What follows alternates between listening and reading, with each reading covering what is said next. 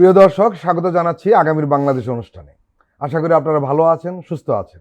আজকে আমাদের সঙ্গে অতিথি হিসেবে রয়েছেন রাজনৈতিক বিশ্লেষক ও কলামিস্ট ডক্টর সায়ন্ত সাখাওয়াত, রয়েছেন প্রধান উপদেষ্টার senior assistant press secretary Faiz Ahmad. আপনাদের দুজনকেই স্বাগত। ধন্যবাদ আপনাকে। জামাতে ইসলামী এবং জাতীয় নাগরিক পার্টি এনসিপি গণভোটে হায়ের পক্ষে নেমেছে। নায়ের পক্ষে নেমেছে কার্যক্রম নিষিদ্ধ ফ্যাসিস্ট আওয়ামী লীগ। তাদের ঘনিষ্ঠ মিত্র জাতীয় পার্টিও স্পষ্ট বলে দিয়েছে তারা নায়ের পক্ষে ভোট করবে। কিন্তু বিএনপি গণভোটে দলীয়ভাবে কিছুই বলছে না। দলের চেয়ারম্যান তারেক রহমান সিলেটে আনুষ্ঠানিক নির্বাচনী সভা করলেন গতকাল। সেখানে তিনি এই নিয়ে কোনো কথা বলেননি। কে হায়ের পক্ষে আর কে নায়ের পক্ষে, এটি কিন্তু রাজনৈতিক অঙ্গনে এখন ব্যাপকভাবে আলোচিত হচ্ছে। ডক্টর সায়ন্ত, জামাত এনসিপি প্রকাশ্যে হায়ের পক্ষে আর নিষিদ্ধ আওয়ামী লীগ ও জাতীয় পার্টির নায়ের পক্ষে। এই স্পষ্ট বিভাজন কি বাংলাদেশের রাজনীতি নতুন দুই মেরুতে ভাগ করে দিবে? কি বলবেন? বাংলাদেশে গণভোটের যে হানা ভোট, সেটা খানিকটা জাতীয় নির্বাচনের থেকে একটু অস্পষ্ট থাকবে। সব দল একইভাবে স্পষ্ট অবস্থান নেবে না এবার, যা ধারণা করি। কারণ হলো বিএনপি তাদের সংস্কার প্রস্তাব সব দলের আগে দলীয়ভাবে প্রকাশ করেছে ২৬ দফা এবং পরে রাষ্ট্র মেরামতের ৩১ দফার মাধ্যমে। তারও আগে ২০১৬ সালে ম্যাডাম খালেদা জিয়া ভিশন 2030 প্রকাশ করে এক ধরনের সংস্কারের অঙ্গীকার সামনে নিয়ে আসে। কিন্তু এই ঐকমত্য কমিশনে যে আলোচনা হয়েছে, সেইখানে বিএনপির ওই সব সংস্কারের বেশিরভাগ অংশ বা প্রায় পুরোটাই একটু প্লাস মাইনাস করে থাকলেও আরও কিছু বিষয় সংযোজিত হয়েছে। তার মধ্যে কিছু অংশে বিএনপি পুরোপুরি একমত, কিছু অংশে শুরুতে একমত ছিল না, আলোচনার ভিত্তিতে বৃহত্তর স্বার্থে একমত হয়েছে। কিন্তু কিছু বিষয়ে বিএনপি দ্বিমত প্রকাশ করেছিল এবং সরকারের তরফ থেকে প্রধান উপদেষ্টা এবং ঐকমত্য কমিশনের প্রধান ডক্টর আলী রিয়াজ দুজনেই বলছিলেন যে যেসব বিষয়ে সব দল একমত হবে সেটা নিয়ে আমরা এগিয়ে যাব, যেগুলোতে একমত হবে না সেগুলি নির্বাচনী প্রতিশ্রুতির মাধ্যমে বা নির্বাচনে জনগণ ডিসাইড করবে ভোটের মাধ্যমে। সেটা কিন্তু বিষয়টা এরকম ছিল যে সবাই একমত যেটুকুতে হবে সেটা ইমপ্লিমেন্ট হবে, বা সেটা নিয়ে হ্যাঁ না ভোটে ওইভাবে গিয়ে সাংবিধানিক বৈধতা নেওয়া হবে। আর যেগুলোতে ভিন্ন ভিন্ন মত থাকবে সেগুলো সব দল তাদের নির্বাচনী ম্যানিফেস্টোতে দিবে।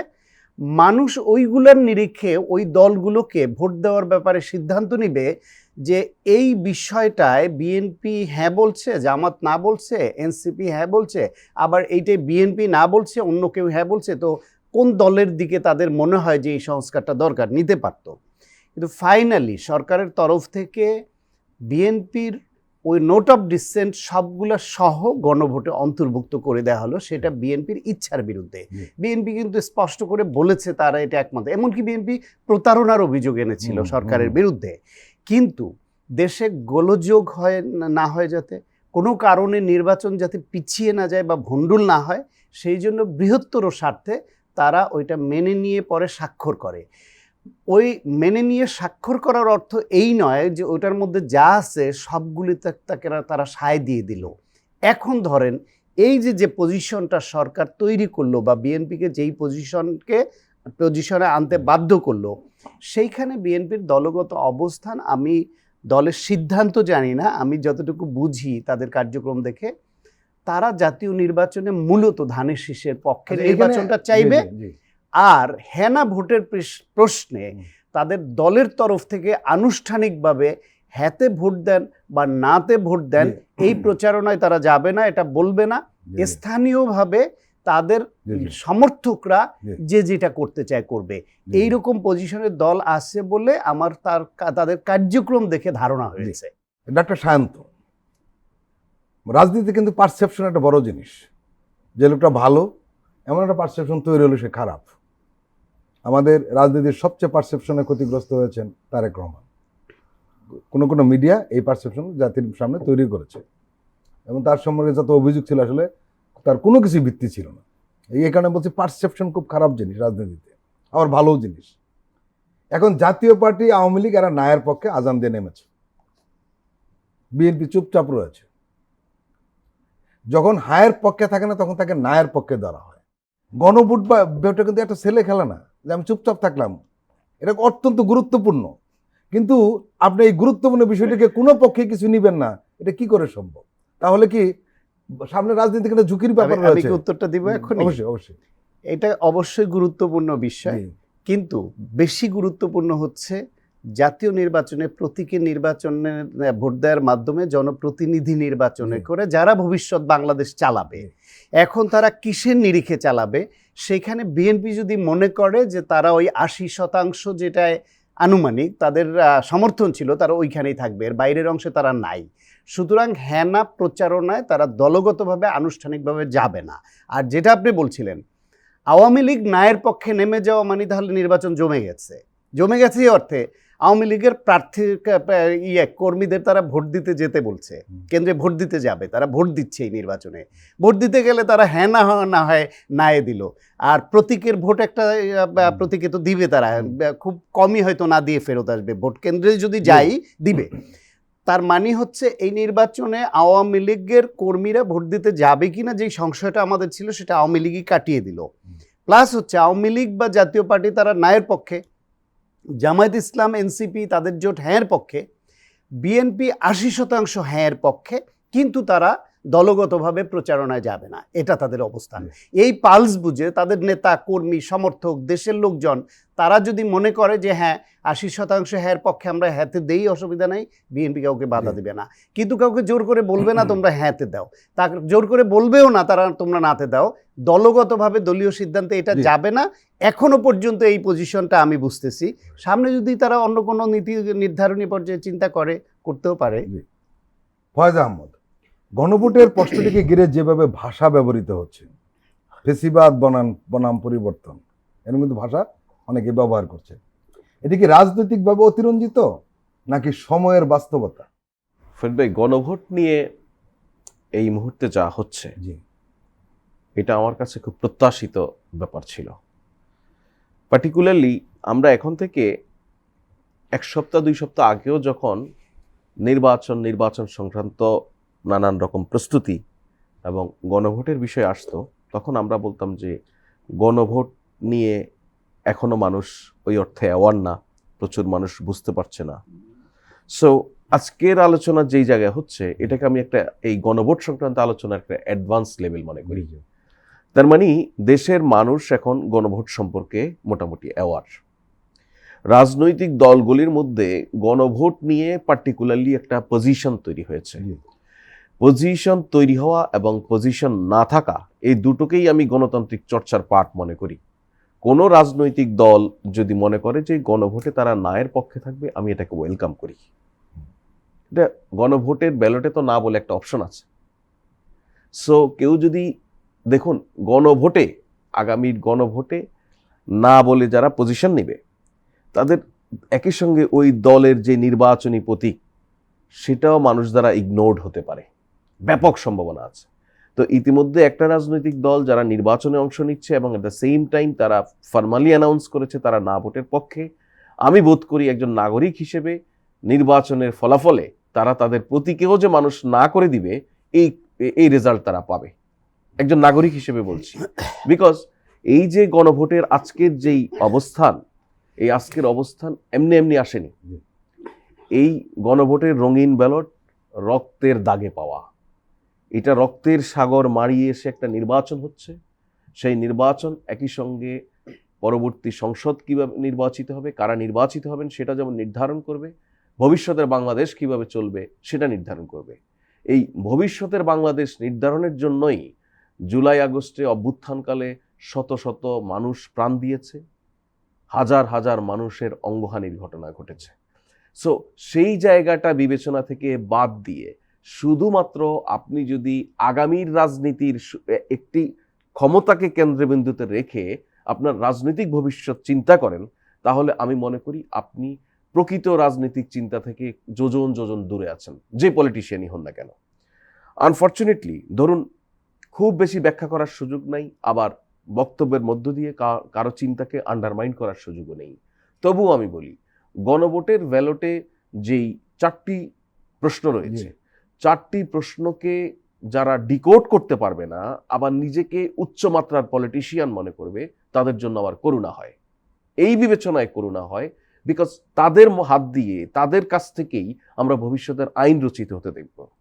আপনি খেয়াল করুন, একদমই 4 নাম্বার যে প্রশ্ন, সেই প্রশ্ন অনেক ওই ঐকমত্য কমিশনের জুলাই সনদ সংক্রান্ত অনেক মত দ্বিমতের পরিষ্কার সুরাহা করে দিয়েছে।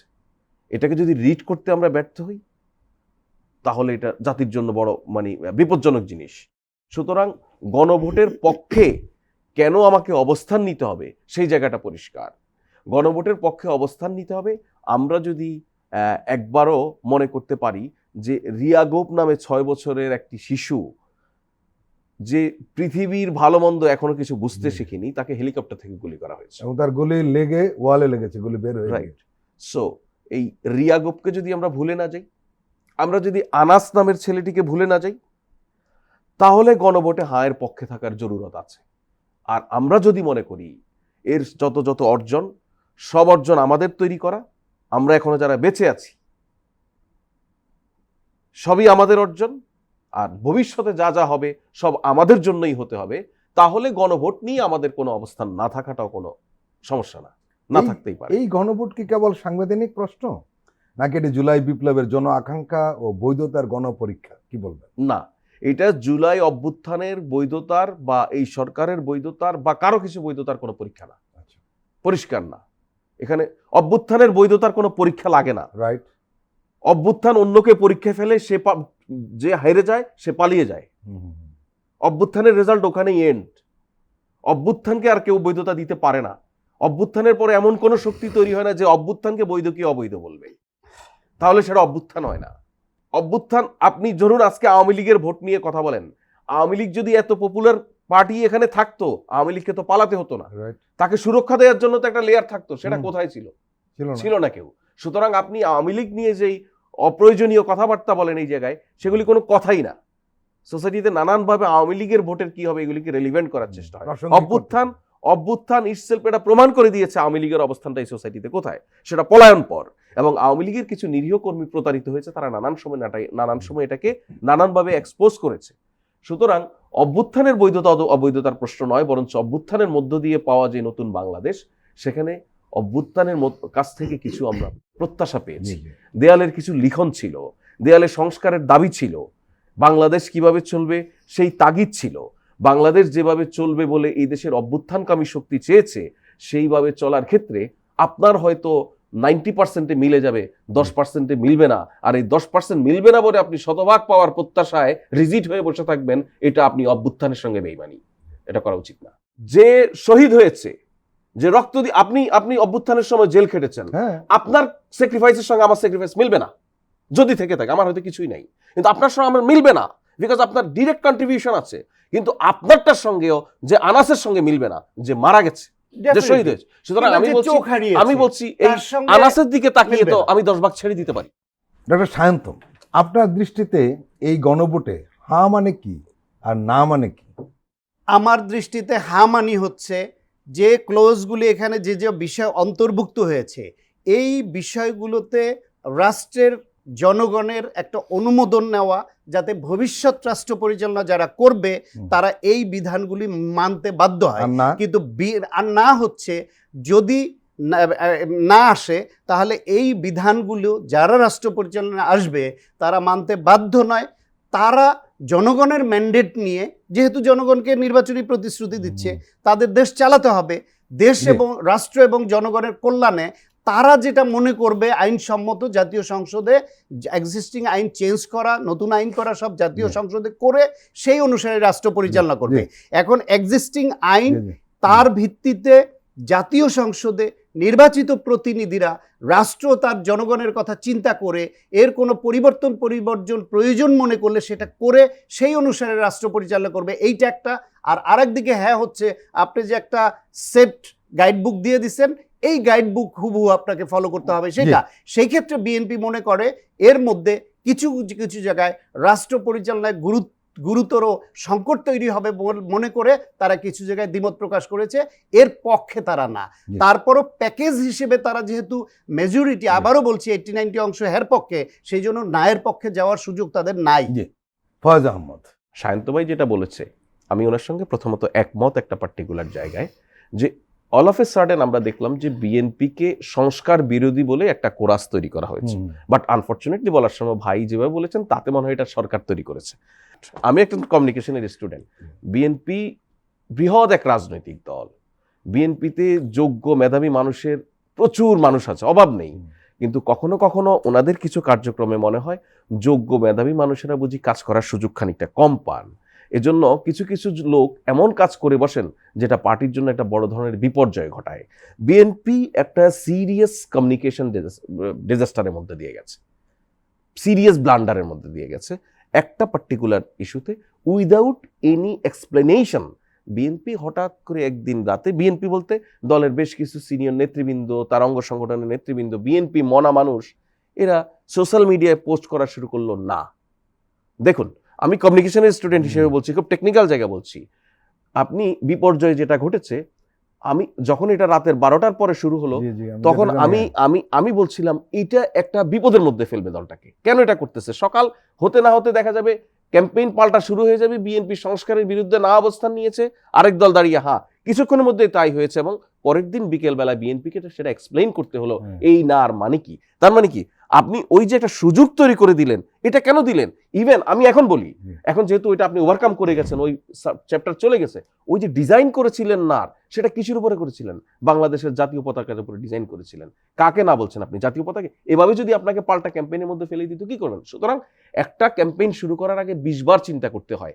আপনি সেই চিন্তা ছাড়া এমন লোক দিয়ে এই ক্যাম্পেইনটা করেছেন, আমি জানি না কারা, যারা করেছেন ব্যক্তিগত আমার কথা হার্ট হবেন না, বাট এটা ভুল, এটা কমিউনিকেশনে বিপর্যয় ঘটিয়েছে। এই কারণে মাঝে মাঝেই বিএনপিকে সংস্কার বিরোধী দল হিসেবে মাঝে মাঝে বিএনপি এমন কিছুতে রেসপন্স করে, অন্যকে একটা গালি দিচ্ছে, অন্য বিষয়ে কথা বলছে, সেখানে বিএনপি রেসপন্স করে পড়ছে, মনে হচ্ছে বিএনপিকে গালি। কেন আপনি নিচ্ছেন এটা গায়ে?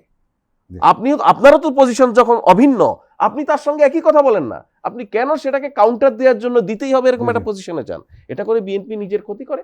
আর ভাইয়ের কথা এই এক্সপ্লেনেশনটা আমাকে দিতে হলো এই কারণে যে ভাই মনে করছে সরকার বিএনপিকে সংস্কার, ভাই বলেনি এটাই, কিন্তু ওনার বক্তব্যে মনে হচ্ছে যে সরকারি বুঝি এই কোরাসটা তৈরি করে। আমি একটা প্রশ্ন আপনাকে করে এই প্রসঙ্গ শেষ করব। সেটি হলো যে সরকারের 3টা টার্গেট ছিল, বারবার প্রফেসর মোহাম্মদ ইউনূস বলেছেন। একটি হলো সংস্কার, বিচার এবং নির্বাচন। এখন প্রশ্ন হলো গণভোট যদি না জিতে যায় তাহলে ওই কিন্তু একটা নাম্বার মানে পাল্টে যাবে, এটা হলো একটা দিক। আরেকটা দিক হলো যে গণভোটে যে বড় রাজনৈতিক দলের অবস্থান কোনো স্পষ্ট না হওয়ায় সংস্কার ও গণতন্ত্রের জন্য কি এটা আপনাদের সরকার হুমকি মনে করছে? না, প্রথম কথা হচ্ছে সরকারের যেই মেইন 3টা ম্যান্ডেটের কথা আপনি বলছেন না, একটা হচ্ছে গণভোটে যদি না জিতে যায় তাহলে ওই ম্যান্ডেটের একটা কি ব্যর্থ হবে কিনা এরকম একটা প্রশ্ন আপনার? না, কিছুই হবে না। সরকারের এই ম্যান্ডেটের কোনো ব্যর্থতার কিছু নেই, এই কারণে যে ম্যান্ডেটের কথা বলতেছি না, উনি যে 3টা ক্রাইটেরিয়া রাখছেন। সংস্কার মানে তো শুধুমাত্র গণভোটে যে সংস্কারগুলি হচ্ছে সেগুলি নয়, গণভোটে যাচ্ছে আমাদের খুব সুনির্দিষ্টভাবে সংবিধান সংক্রান্ত যে সমস্ত সংস্কার সেগুলি, অপরাপর সংস্কার যেগুলি আমার গণভোট ছাড়া বা সংবিধান সংস্কার করা ছাড়া সম্ভব, সেগুলি তো প্রজ্ঞাপনের মধ্য দিয়ে, অন্যান্য অর্ডারের মধ্য দিয়ে, অ্যাডমিনিস্ট্রেটিভ সিস্টেম হয়ে গেছে।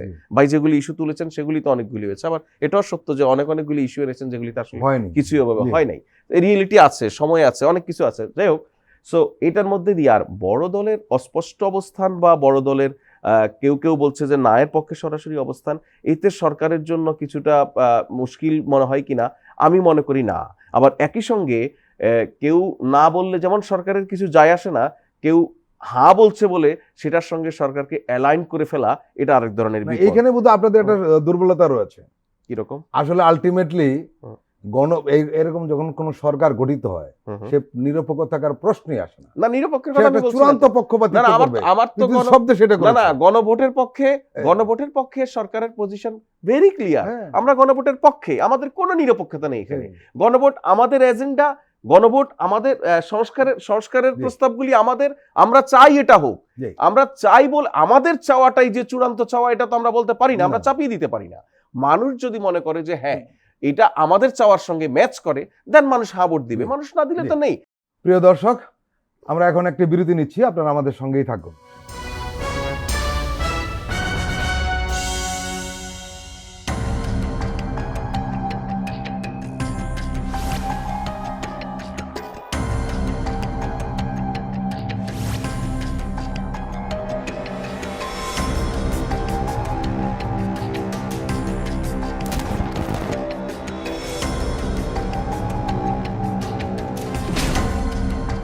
ফ্যাসিবাদের দিনলিপি, গবেষণা ও উপস্থাপনা সাইদ খান, প্রযোজনা আফরোজা সুলতানা ও মামুন মাহমুদ। দেখবেন প্রতি রবি থেকে বৃহস্পতিবার সন্ধ্যা 7টায়।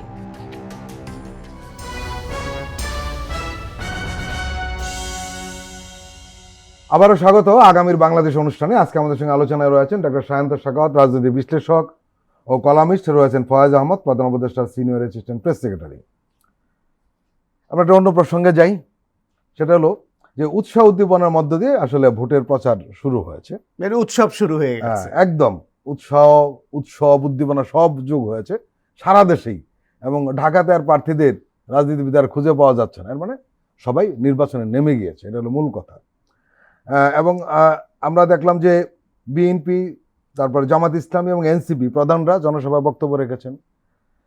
দোষারোপ না করার কথা বললেও পাল্টাপাল্টি ইঙ্গিতপূর্ণ বক্তব্যের মধ্যে দিয়ে কিন্তু প্রচারটা শুরু হয়েছে। এবং আপনি জানেন যে জামাত ইসলামী এবং এনসিপি তারা বিএনপির সমালোচনা করে বক্তব্য রেখেছে। তারেক রহমান জামাতের ৭১-এর ভূমিকা এনে তীব্র ভাষায় সমালোচনা করেছেন। তিনি বলেছেন যে ৭১-এর মানুষ তাদের চিনেছে। আবার জামাতের ডক্টর শফিকুর রহমান বলেছেন যে এদেশের ফেসিবাদের ছায়াও তারা দেখতে চান না, চাঁদা আমরা নেব না এবং কাউকে নিতে দেব না, বেসরকারি ট্যাক্সের কোট আনকোট বলে ভালো হয় নামে চাঁদাবাজি চলবে না। অবস্থা থেকে মনে হচ্ছে সামনে আরও এই আক্রমণটা বাড়বে, এবং শেষ পর্যন্ত ব্যক্তিগত আক্রমণ যে আসবে না সেটা কিন্তু বলতে পারেন, নির্বাচনটা হতেই পারে এবং তুঙ্গে যেটা হয়। গোটা বিষয়টিকে আপনি কিভাবে দেখছেন? আচ্ছা ফরিদ ভাই, প্রথমত হলো নির্বাচন নিয়ে যারা এক এক সময় এক এক বয়ান তৈরি করতো, নির্বাচন হবে কিনা, তারপর নির্বাচন সুষ্ঠু হবে কিনা, সেই সব বয়ানগুলো আস্তে আস্তে কমে আসছে না। তার মানে আনুষ্ঠানিক এই প্রচারের মাধ্যমে যে উৎসব শুরু হয়েছে সেটা ইন্ডিকেট করে নির্বাচন না হওয়ার আর কোনোই অপশন নাই, এবং নির্বাচন প্রতিদ্বন্দ্বিতামূলক হবে, প্রতিযোগিতামূলক হবে, এবং মাঠে যেহেতু দুই পক্ষই শক্তিশালী অবস্থানে আছে, কেউ কাউকে চাইলেই বিতাড়িত করে দখল করে নিতে পারবে না। আমি বরং এটাকে দেখি, ধরেন বিএনপির চেয়ারম্যান তারেক রহমান যে নির্বাচনী প্রচারণাটা প্রথম দিন করলেন, 16 ঘন্টায় 7টি জেলায় 7টি সমাবেশ করেছে 16 ঘন্টায়। তার মা বেগম খালেদা জিয়া এরকম নির্বাচনী প্রচারে যখন নামতেন টানা অনেক করতেন। তিনি একদিনে রেকর্ড আছে, একবার মনে পড়তেছে না, এটা বড় ধরনের রেকর্ড আছে, একদিনে অনেক টানা 12 দিন বা 14 দিন টানা দিন রাত করেছেন, এরকম রেকর্ড আছে। তো তারেক রহমান দেখেন তার সর্বশেষ সমাবেশটি হয়েছে রাত 4:15টায়। রাত 4:15 পর্যন্ত যে দেশের বা যে দলের নেতা কর্মীরা মাঠে অবস্থান করে, সেই দেশের সেই নেতা কর্মীরা মাঠ ছেড়ে দিবে এবং অন্য কোনো পক্ষ ইচ্ছা করলো আর জোর করে কিছু নিয়ে নিলে এটা হয় না। বিএনপির নেতাই শুধু করবে, ওনারা করবে না, না না না, অন্যরাও করবে না। দুই দলেরই, আমি সেটা আগেই বলেছি, এটা করতে চাচ্ছে না, দুই দলেরই সেটা বলছি, উৎসব শুরু হয়ে গেছে। কিন্তু তারেক রহমানকে আমি তার মার সঙ্গে তুলনা করছি এই জন্য, বেগম খালেদা জি এরকম রাত দিন কাবার করে নিতেন এবং তার সঙ্গে জামাতের নেতারাও সঙ্গে সঙ্গে রাত দিন এরকম ঘুরতো। তখন আজকে জামাত আলাদা করে তাদের জোট নিয়ে এরকম করছে, আর তারেক রহমান তার মার ধারা ফলো করে তিনি দিন রাত করে রাত 4:15 একটা রাজনৈতিক দলের সমাবেশ হতে পারে এবং এত লোক হতে পারে যেখানে, সুতরাং সেখানে গণতন্ত্র নিয়ে, নির্বাচন নিয়ে এত বেশি হতাশ হওয়ার কিছু নেই। এক, দুই হলো আপনি বলছেন যে এক দল আরেক দলকে ইঙ্গিতপূর্ণভাবে মানে কথা বলে খোঁচা দিচ্ছে বা করছে। মজার ঘটনা, প্রধান দুই দল কিন্তু মানে ডক্টর শফিক এবং তারেক রহমান কেউ কিন্তু কোনো দলের নাম নেই। আমি তো এটাকে খুব পজিটিভলি দেখছি যে ইঙ্গিতপূর্ণভাবে করছে। এখনো সরাসরি নাম বলে, ব্যক্তির নাম, দলের নাম বলে যে এখনো বলা শুরু হয় নাই, এটা এখনো তো শুরুটা খুব সুন্দর হয়েছে।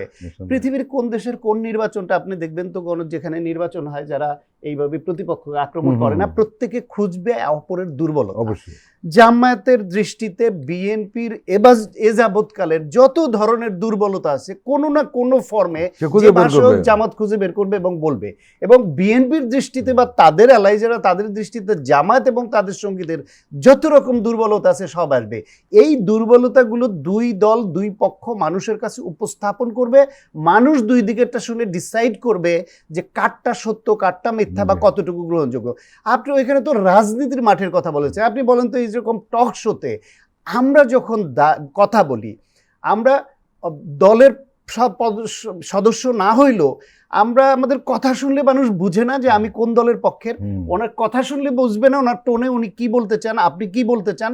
সুতরাং আমরা কিন্তু কোনো একটা অবস্থা নিয়ে কথা বলি, সেখানে গিয়ে কি আমরা এক দলের পক্ষ নিয়ে আরেক দলের সব দোষগুলো বলি এবং এক দলের কোনো দোষই আমরা বলি না। কিন্তু যখন আমি একটা দলের সব দোষ বলছি, আমার প্রতিপক্ষ আবার আমার যার পক্ষে বললাম তার সব দোষ বলছে, এই দুইটার যোগফল মিলিয়ে কি মানুষ সিদ্ধান্ত নিতে পারে না যে এই দুইটারই আসলে এই সমস্যা আছে। সুতরাং নির্বাচনে এগুলা হতে দেন, প্রচারণা চলুক, একে অপরের পক্ষে নিজের পক্ষে বলবে, অন্যের বিরুদ্ধে বলবে। এই দুইজনের কোন দল প্রচারণায় গিয়ে কি নিজের বিপক্ষে কথা বলবে? কিন্তু তারও তো ভুল আছে, তার ভুলটাকে বলবে, প্রতিপক্ষর বলতে হবে। এই দুই পক্ষের মধ্যে ডিবেটটা হতে থাকুক, সেখানে কখনো অনেকদিন পর অনাকাঙ্ক্ষিত মনে হতে পারে, ব্যক্তিগত আক্রমণ মনে হতে সেটা পারে, বলি নাই, সেটা হোক, মানুষকে বুঝতে দেই আমরা যে আসলে কে কি। জি, ফয়েজ আহমদ, কথার আক্রমণ চলুক, কোনো সমস্যা নেই। নির্বাচনের আগে এটি যে হবে এটি স্বাভাবিক, এবং ডক্টর সায়ন্ত যা বলছিলেন নিশ্চয়ই আমরা দুজনেই একমত তার সঙ্গে, কারণ এটাই বাস্তবতা। কিন্তু মাঠে যদি সহিংসতা ছড়িয়ে পড়ে তাহলে এটা সংকট ডেফিনেট। এবং আপনি নিশ্চয়ই লক্ষ্য করেছেন বিভিন্ন জেলায় নির্বাচনী পরিবেশ উত্তপ্ত হয়ে উঠেছে। উত্তপ্ত হোক, সেটাও কিন্তু সমস্যা নেই যদি সেটা মাঠে না ঘটায়। কোথাও স্বতন্ত্র বা জামাত ইসলামের প্রার্থীর উপর হামলা এবং ব্যানার ফেস্টুন ভাঙচুর করে আগুনে পুড়িয়ে দেওয়ার ঘটনা ঘটছে। কোথাও বিএনপি জামাতের মধ্যে সংঘর্ষে আহত হচ্ছে দুই দলের নেতাকর্মীরা। আবার কোথাও হুমকি দিয়ে ভোটারদের ভয় দেখানো হচ্ছে। মহিলা কর্মীদের প্রচারে কোনো একটা দলের মহিলা কর্মীদের প্রচারে আরেকটা দলের হামলার অভিযোগ উঠেছে। আশঙ্কাটা জায়গা কোন জায়গায় জানেন? সেটা হলো এতগুলি ঘটনার পর যে আইন শৃঙ্খলা বাহিনীর যে ভূমিকা আমরা প্রত্যাশা করি সেটি কিন্তু লক্ষ্য করা যায়নি। সব মিলিয়ে কিন্তু এই কারণে সাধারণ মানুষের মধ্যে উৎসব, উৎসাহ, উদ্দীপনা যেরকম রয়েছে, ভেতরে ভেতরে কিন্তু এক ধরনের আতঙ্ক কাজ করছে। কি বলবেন? আইন শৃঙ্খলা বাহিনীর ভূমিকা যেভাবে প্রত্যাশা করছেন সেভাবে লক্ষ্য করা যায়নি বলে যেটা বলছেন সেটার সঙ্গে আমার খানিকটা দ্বিমত আছে। প্রথমত পার্শিয়ালি এটা ট্রু যে আমাদের আইন শৃঙ্খলা বাহিনী সম্পর্কে এই মুহূর্তে ওভারঅল আমাদের এক ধরনের প্রত্যাশিত জায়গায় তারা এখনো পৌঁছাতে পেরেছে কিনা এটা নিয়ে সংশয়ের জায়গা আছে। এটা সত্য, এটার রিয়েলিটি আমরা সবাই জানি, সেই ডিসকাশনে না গেলাম। বাট সাম্প্রতিক সময়ে আমি খুব সুনির্দিষ্টভাবে, আমার এটা আবার শুধুমাত্র সরকারের সঙ্গে কাজ করি বলে না, এটা আমার একটা অভ্যাসের জায়গা। নির্বাচন সংক্রান্ত সকল ডেভেলপমেন্টকে আমি ফলো করার চেষ্টা করি। আমি নিজে নির্বাচন কভার করেছি, এটা নিয়ে কাজ করার আমার এক ধরনের ইন্টারেস্ট আছে সেই জায়গা থেকে। তো সাম্প্রতিক কয়েকটি ঘটনা আমি ফলো করেছি যে পুলিশ রেসপন্স করেছে, খুব কুইক রেসপন্স করেছে। সর্বশেষ যে ঘটনা কালকে ঘটেছে দু একটি জায়গায়, সেখানেও পুলিশের কুইক রেসপন্স পাওয়া গেছে। এবং তুলনা করছি না, বাট রেফারেন্স হিসেবে মাথায় রাখতে হয়, সেটা হচ্ছে যেই ক্ষুদ্র ক্ষুদ্র ঘটনাগুলি নিয়ে আমরা ধরুন জাতীয় পর্যায়ে টেলিভিশন টকশোতে এখন কথা বলছি, আমাদের অতীতের ইলেকশনে এই ঘটনাগুলি জাস্ট মানে আপনি আলোচনায় আনার মতো স্কোপ ছিল না, কারণ এর চেয়ে অনেক বড় বড় ঘটনা ঠিক এই সময় এসে আমাদের কাগজগুলির হেডলাইন থাকতো যে ব্যাপক অনিয়মের মধ্য দিয়ে, আচরণবিধি লঙ্ঘনের মধ্য দিয়ে নির্বাচনী প্রচারণা শুরু। আমি বিশ্বাস করি আজকের কাগজগুলির হেডলাইন ছিল, এখন কাগজগুলি থাকবে না, কারণ কাগজগুলো এমন দলীয় হয়েছে। আপনি তাহলে তো মানে অন্য বিপদের কথা বলছেন। আমি কিন্তু আওয়ামী লীগের সময় সংগঠিত ইলেকশনগুলির কথা বলছি, সেগুলিতে এই প্রচারণা শুরু হওয়ার সময় ব্যাপক অনিয়মের মধ্য দিয়ে হতো। আর আজকে এসে আপনি বলছেন আজকের গণমাধ্যমের অবস্থা তো অন্তত তার চেয়ে খানিকটা হলেও ভালো আছে, এটা তো আমাদেরকে মানতে হবে। আর আমি আপনাকে বলি, আমি আপনাকে একদম পরিষ্কার করে বলি, আমি নির্মোহভাবে বলছি যে আমরা গতকাল যে নির্বাচনী প্রচারণা শুরু হয়েছে ব্যাপক উৎসবমুখর হয়েছে। আমরা ইলেকশনের আচরণবিধির সেই অর্থে কোথাও জায়গায় ম্যাসিভ ভায়োলেশন দেখি নাই, এবং কোথাও কোনো ম্যাসিভ ভায়োলেন্সও দেখি নাই। এটা অত্যন্ত গুড স্টার্ট। এটা যদি কন্টিনিউ করতে পারে পলিটিক্যাল, আমি একটা জায়গায় আমি খুব আশা দেখি এবং এটাকে আমি খুব সিগনিফিকেন্ট মনে করি এবং এটাকে আমি বারবার রেফারেন্স হিসেবে সামনে নিয়ে আসি। সেটা হচ্ছে এবারের নির্বাচনে নমিনেশন ফাইলিংয়ের সময় পলিটিক্যাল পার্টিগুলি, অপোনেন্ট ক্যান্ডিডেটরা একে অপরের প্রতি যে ধরনের রেসপেক্ট দেখিয়েছেন, কেউ কাউকে বাধা দেননি, কারো উপরে কেউ হামলা করেননি, এটা আমাদের পলিটিক্সে একটা বড় পরিবর্তন হয়ে গেছে। আমরা ওভারলুক করলে এটা হবে না। সো আমি তো এটা নিশ্চিত যে আপনাকে আমি প্রার্থী হওয়ার ক্ষেত্রে কোনো ধরনের বাধা দেইনি। আমি চাই যে একটা প্রতিদ্বন্দ্বিতাপূর্ণ নির্বাচন হোক, এবং এবারের নির্বাচনের সবচেয়ে বড় সিগনিফিকেন্ট যে জিনিস সেটা হচ্ছে প্রত্যেক ক্যান্ডিডেট নির্বাচনে জিততে চায় মানুষের ভোটে। হুম। নির্বাচনে টিকিট পাওয়া ভালো মাত্রই দিক। এমপি হয়ে যাওয়া, এর বাইরে হ্যাঁ। কোনো অপশনও নাই। না। এক্স্যাক্টলি। সো এবারে সেই অপশন মানে হুইচ ইজ অ্যাকচুয়ালি ইলেকশন। এবার ইলেকশন মানে ইলেকশন। জি। অতীতে যেরকম আমি নৌকা পেলাম তো টেনশনলেস, বা ভোটারের ভোট দেওয়ার কোনো চাপ নাই, মৃত মানুষ এসে ভোট দিয়ে যেত, এই ধরনের বিষয় ছিল। আচ্ছা। এবার সেই সুযোগ নেই, এটা সবাই বুঝে গেছে। সো ভোটারদের প্রতি পলিটিক্যালদের এক ধরনের রেসপেক্ট বেড়ে গেছে। রেসপেক্টটা ধরে রাখতে পারলে পলিটিশিয়ানদের প্রতিও ভোটারদের রেসপেক্টটা বাড়বে। ডাক্তার শান্ত, একটু অন্যরকম একটা কথা বলি, যে আপনি দেখছেন যে নির্বাচনকে সামনে নিয়ে একটা ঘটনা ঘটছে, অনেক আওয়ামী লীগ বিএনপি ও জামাত হয়ে যাচ্ছে। এটা আরো আগের থেকে শুরু হয়েছে। অনেক বিএনপির লোকজন জামাত হয়ে গেছে, জাতীয় পার্টির অনেক নেতা বিএনপি বা জামাতে যোগ দিয়েছে। কিন্তু হ্যাঁ, এটা তাদের ক্যাডার ভিত্তিক সংগঠন করে। জামাতের কেউ বিএনপি বা অন্য দলে যায়নি, এটা কখনো যায় না ক্যাডার ভিত্তিক সংগঠনের কারণে। কিন্তু আমার প্রশ্ন হলো, এই যে দল পরিবর্তনের রূপান্তর, এটিকে আপনি কিভাবে দেখছেন? প্রথম কথা হলো, জামায়াত এমন একটা ধর্মভিত্তিক রাজনৈতিক দল, এই দলের চেইন অফ কমান্ড এত শক্ত, ওই ক্যাডার ভিত্তিক কারণে, ক্যাডার ভিত্তিক, তাদের দলের নেতাকর্মীরা সাধারণত দলের সিদ্ধান্ত অমান্য করে কোনো পজিশন নেয় না। ভেরি রেয়ারলি ঘটে। এর আগেও আওয়ামী লীগ সরকার, আওয়ামী লীগের আমলেও জামাত থেকে আওয়ামী লীগে যোগ দেওয়ার দু একজন ঘটনা আছে, খুব কম ছিল। বরং এইবার এরকম ফেভারেবল টাইমে জামায়াতের সিদ্ধান্ত অমান্য করে তাদের প্রার্থী, স্বতন্ত্র প্রার্থী থেকে যাবে এবং দলের বহিষ্কার করতে হবে, এই ঘটনা এবার কিন্তু ঘটেছে। এইবার হওয়ার অন্তত কথা ছিল না। কালকেও দেখলাম জামায়াতের এক নেতা পদত্যাগ করেছেন, এরকম সংবাদও দেখলাম। সুতরাং জামাতে কম ঘটছে, বরং জামাতের যে স্ট্রাকচার, পলিটিক্যাল স্ট্রাকচার, তাতে এটুকুও ঘটার কথা না। এটাই অনেক। হ্যাঁ, এটুকুও ঘটার কথা না জামাতে। আর বিএনপি বা এই ধরনের পুঁজিবাদী বুর্জুয়া পলিটিক্স করা, পাওয়ার পলিটিক্স করা যেই দল, তাদের যে স্ট্রাকচার, তাদের চেইন অফ কমান্ডটা ওই পর্যায়ে না যে দল এখানে নমিনেশন একজনই দিল, কেউ স্বতন্ত্র দাঁড়াবে না। বিএনপি তো 59 জনকে স্বতন্ত্র শেষ পর্যন্ত থেকে গেছে বলে 79 জনকে বহিষ্কার করতে বাধ্য হয়েছে দল থেকে। তো এই দলে অতীতেও ছিল, এখনো আছে, ভবিষ্যতেও থাকবে। এই দলের স্ট্রাকচারটা এরকম, এটা মেনে নিয়েই এই দল, এটা মেনে নিয়েই সব এই দল করে, এটা মেনে নিয়েই এই দলকে মানুষ যারা পছন্দ করে, সমর্থন করে, তা করে। এটাই হবে, এটাই দলের গণতন্ত্রের পার্ট, এটা আপনাকে ধরে নিতে হবে।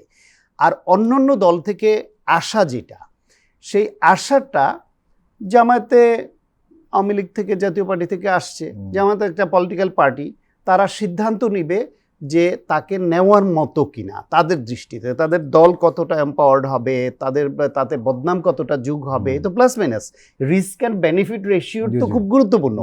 অ্যান্ড রিস্ক বেনিফিট রেশিও আপনার আমার চিন্তা একরকম হবে, আর ওই দলের অবস্থান একরকম হবে। ধরেন আওয়ামী লীগের আমলে এক সময় মন্ত্রী ছিল আবু সাইদ সাহেব, পাবনার, জিয়াউর রহমানের বিরুদ্ধে ভয়ানক এক বই লিখেছে, অনেক রকম এরকম বিতর্কিত কাজ করেছেন।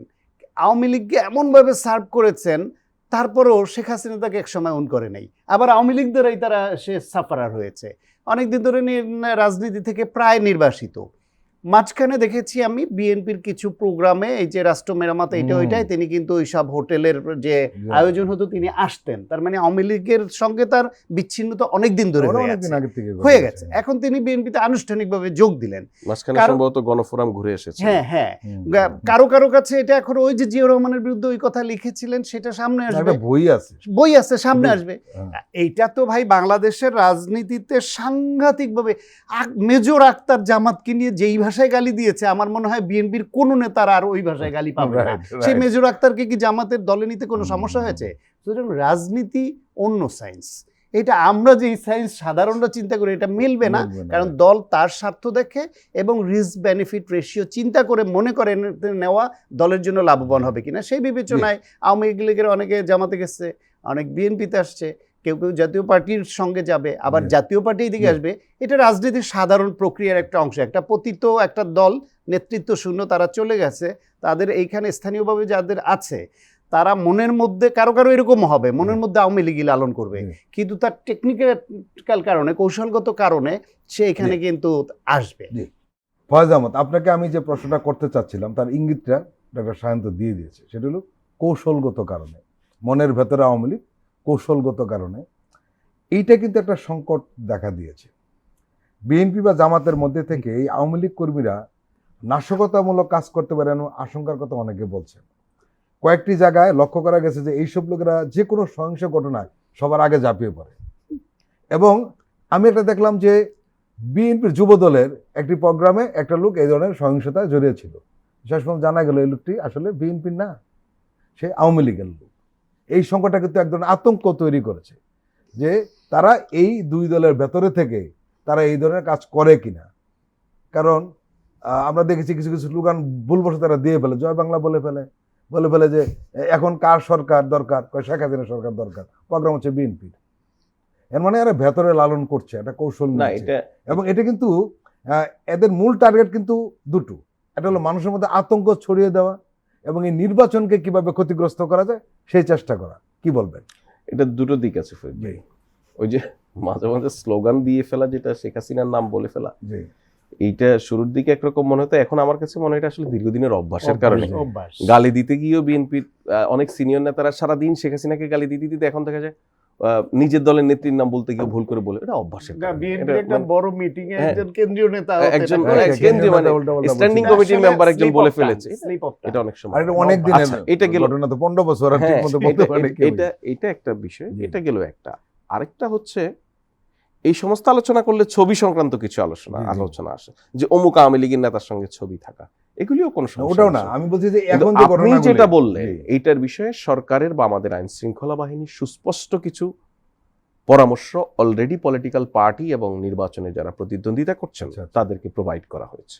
কিরকম? মানে সরকারের দিক থেকে ইতিমধ্যে কিছু সিকিউরিটি সংক্রান্ত প্রোটোকল বা মডিউল, হ্যাঁ, বা গাইডলাইন দলগুলিকে এবং প্রার্থীদেরকে দেয়া হয়েছে। একদম ওনার ব্যক্তিগত সিকিউরিটি থেকে শুরু করে ওনার সভা সমাবেশের সিকিউরিটির ক্ষেত্রে কি কি ধরনের মেজার্সগুলি নিতে হবে, তার মধ্যে অন্যতম একটি হচ্ছে নির্বাচনকে সামনে রেখে আপনার বিরোধী শিবিরের অনেকেই আপনার সঙ্গে মিশবে, আপনার ক্যাম্পে চলে আসবে। এটা বাংলাদেশের রাজনৈতিক প্রবণতা দুটো কারণে হয়। একটি হচ্ছে পোটেনশিয়ালি যখন কেউ দেখে যে এই দল, যেহেতু এই রাজনীতির একটা বড় অংশ হচ্ছে ক্ষমতা কেন্দ্রিক রাজনীতি, যখন একটি দল সম্ভাবনা তৈরি হয় যে এরা ক্ষমতায় যেতে পারে, তখন অপোজিশন ক্যাম্প থেকে অনেকে এসে এখানে যুক্ত হয় ক্ষমতার সঙ্গে থাকতে চায় বলে।